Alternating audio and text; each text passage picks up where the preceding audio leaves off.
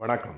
நான் சுபவீர பாண்டியன். தலைவர் கலைஞர் அவர்கள் கடவுள் மறுப்பாளர். இறுதி வரையில் அவர் அப்படித்தான் இருந்தார். அவரிடம் கடவுளை பற்றிய கேள்விகள் கேட்கப்பட்ட போது மிக நுட்பமாகவும் யாரையும் காயப்படுத்தாமலும் அவர் விடை சொல்லியிருக்கிற அழகு தனி என்றுதான் சொல்ல வேண்டும். நீங்கள் ஒன்றே குலம் ஒருவனே தேவன் என்பதை ஏற்றுக்கொள்ளுகிறீர்களா என்னும் வினாவிற்கு கலைஞர் சொன்னார், அது தேவனோ தேவியோ, இயற்கை என்று ஒரு சக்தி இருக்கிறது, ஆற்றல் இருக்கிறது என்பது மட்டும்தான்.